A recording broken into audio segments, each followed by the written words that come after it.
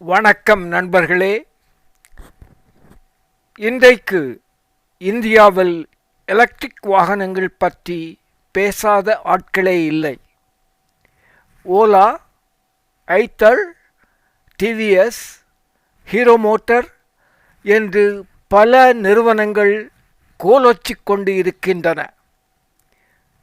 ஆனால் இந்த புரட்சிக்கு 15 வருடங்களுக்கு முன்னரே இந்தியாவில் எலக்ட்ரிக் வெஹிக்கிள்ஸ்க்கான எந்த ஒரு மார்க்கெட்டும் இல்லாத நேரத்தில் தன்னுடைய 5 கோடி ரூபாய் மொத்த சேமிப்பையும் முதலீடு செய்து களம் இறங்கிய ஒரு துணிச்சலான தமிழ் பெண்ணை பற்றி உங்களுக்கு தெரியுமா?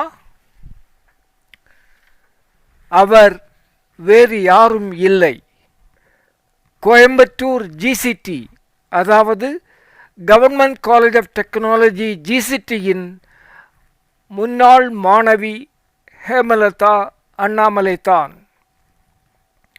1969 ஆண்டில் நான் இதே ஜிசிடியில் படித்து பட்டம் பெற்று வெளியே வந்தேன். எனக்கு சரியாக 20 வருடங்களுக்கு பின்னர், அதாவது 1989 ஆண்டில் அதே கல்லூரியில் கம்ப்யூட்டர் சயின்ஸ் என்ஜினியரிங் படித்த நம்ம ஜிசிடியின் அலுமினைத்தான் இந்த எலக்ட்ரிக் ஸ்கூட்டர் ஆம்பியர் வெஹிக்கிள்ஸ் நிறுவனர் ஹேமலதா அண்ணாமலை. அவரது இந்த அசாத்தியமான உற்சாகம் தரும் கதையை நாம் இன்று பார்க்கப் போகிறோம். தமிழ்நாட்டின் சேலம் நகரிலுள்ள ஒரு நடுத்தர வர்க்க குடும்பத்தில் பிறந்த ஹேமலதா என்ஜினியரிங் படித்த பின்னர் ஆஸ்திரேலியாவில் உள்ள ராயல் மெல்பர்ன் இன்ஸ்டிடியூட்டில் MBA பட்டமும் பெற்றார். அதன் பின்னர் விப்ரோ நிறுவனத்தில் ஒரு புரோகிராமர் ஆக வேலைக்கு சேர்ந்தார். சில மாதங்களில் அவர் கஸ்டமர் சர்வீஸ் பிரிவுக்கு மாற்றப்பட்டார். ஒரு சில வருடங்களில் சிங்கப்பூரை தலைமையிடமாக கொண்ட கயன் சாஃப்ட்வேர் என்ற நிறுவனத்தில் பிஸ்னஸ் டெவலப்மெண்ட் மேனேஜராக பணிபுரியும் வாய்ப்பு ஹேமலதாவிற்கு கிடைக்கப்பெற்று அவர் சிங்கப்பூர் சென்றார்.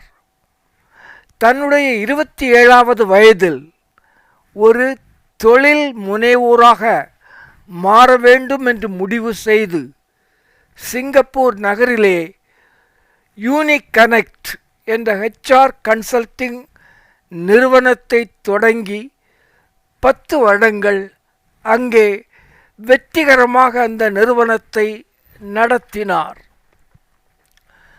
ஆனால் அவரது மனதிற்குள் ஒரு பெரிய தேடல் இருந்தது. சைனா போன்ற நாடுகள் எலக்ட்ரிக் வாகனங்களை பெருமளவில் பயன்படுத்தும் போது இந்தியாவில் நாம் ஏன் செய்ய முடியாது? இந்த கேள்விகள் அவரை 2008-2009 ஆண்டுகளில் இந்தியாவிற்கு கூட்டி வந்தன. 2009 ஆண்டில் கோயம்புத்தூர் நகரில் ஆம்பியர் வெஹிக்கிள்ஸ் என்ற எலக்ட்ரிக் ஸ்கூட்டர்களை தயாரிக்கும் நிறுவனத்தை ஹேமலதா தொடங்கினார். தன் சொந்த பணம் 5 கோடி ரூபாயை முதலீடு செய்தார். அந்த காலகட்டத்தில் சூலூர் என்ற பகுதியில் இவரும் இன்னும் சில தொழில் முனைவோரும் ஒரு எலக்ட்ரிக் வெஹிக்கிள்ஸ் ரோட் ஷோ ஒன்றை ஏற்பாடு செய்து இருந்தார்கள். அங்கே காட்சியாக்கப்பட்ட வண்டிகளை பார்க்க இந்தியா முழுவதும் இருந்து சுமார் 3000 பேர் வந்திருந்தார்கள்.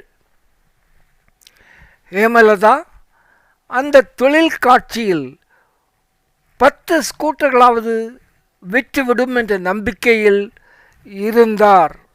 ஆனால் ஒரு வண்டி கூட விலை போகவில்லை.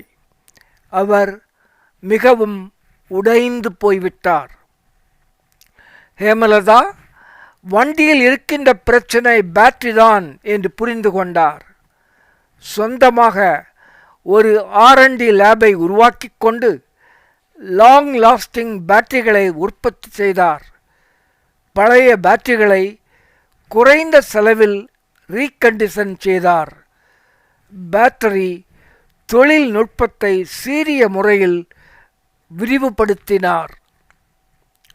நிறுவனத்தின் முதல் வருடத்தில் 6 மாதங்களில் வெறும் 69 ஸ்கூட்டர்கள் தாம் விற்பனை ஆயின. ஆனால் ஹேமலதா தன் உறுதியில் பிடிவாதமாக இருந்தார். லீடர்ஷிப் செமினார் ஒன்றில் இந்தியாவின் மாபெரும் தொழில் அதிபர் ரத்தன் டாட்டாவை அவர் சந்திக்க நேர்ந்தது. ஹேமலதாவின் உழைப்பையும் நேர்மையையும் உணர்ந்து கொண்ட ரத்தன் டாட்டா ஒரு மிகப்பெரிய தொகையை முதலீடு செய்து நிறுவனத்தை விரிவாக்க உதவினார். அதுபோல இன்ஃபோசிஸ் நிறுவனத்தின் ஸ்தாபகர்களில் ஒருவரான கோபாலகிருஷ்ணன் அவர்களும் ஒரு பெரிய தொகையை முதலீடு செய்து ஹேமலதாவை உற்சாகப்படுத்தினார்.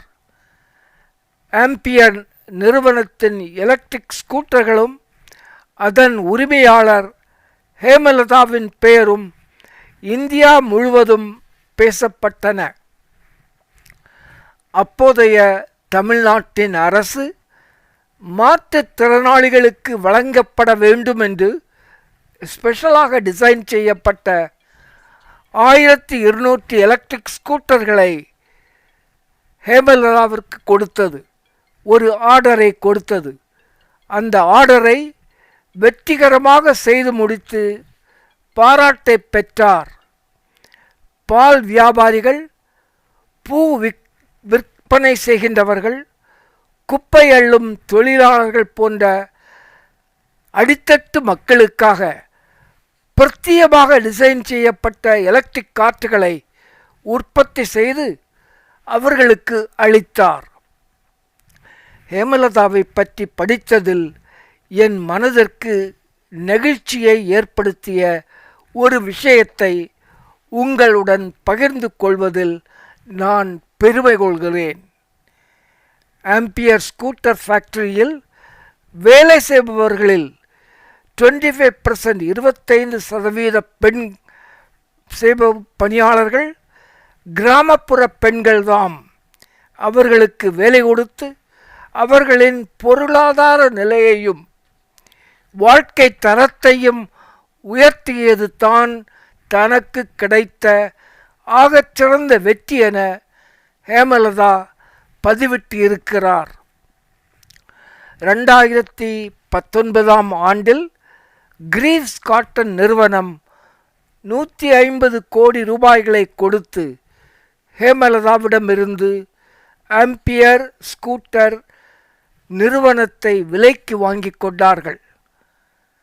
தொழில்நுட்பமும் வசதிகளும் குறைவாக இருந்த காலகட்டத்தில், அதாவது 2009-2019 வரை அதிக அளவிலான தன்னம்பிக்கையும் தைரியத்துடனும் கோயம்புத்தூரில் ஒரு எலக்ட்ரிக் ஸ்கூட்டர் நிறுவனத்தை தொடங்கி வெற்றிகரமாக நடத்திய ஹேமலதாவிற்கு நான் வணக்கத்தையும் பாராட்டுக்களையும் தெரிவித்துக் கொள்கிறேன்.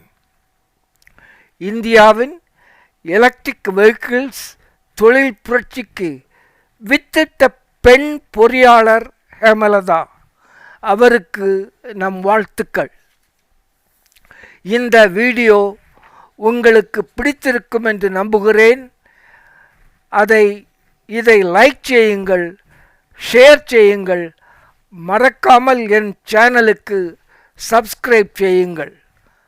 நம் இந்திய மண்ணில் பிறந்து இரவு பகலாக உழைத்து சிகரம் தொட்ட பல சாதனையாளர்களின் வீடியோக்களை இனிவரும் நாட்களில் நீங்கள் பார்க்க இருக்கின்றீர்கள். மிக்க நன்றி. வணக்கம்.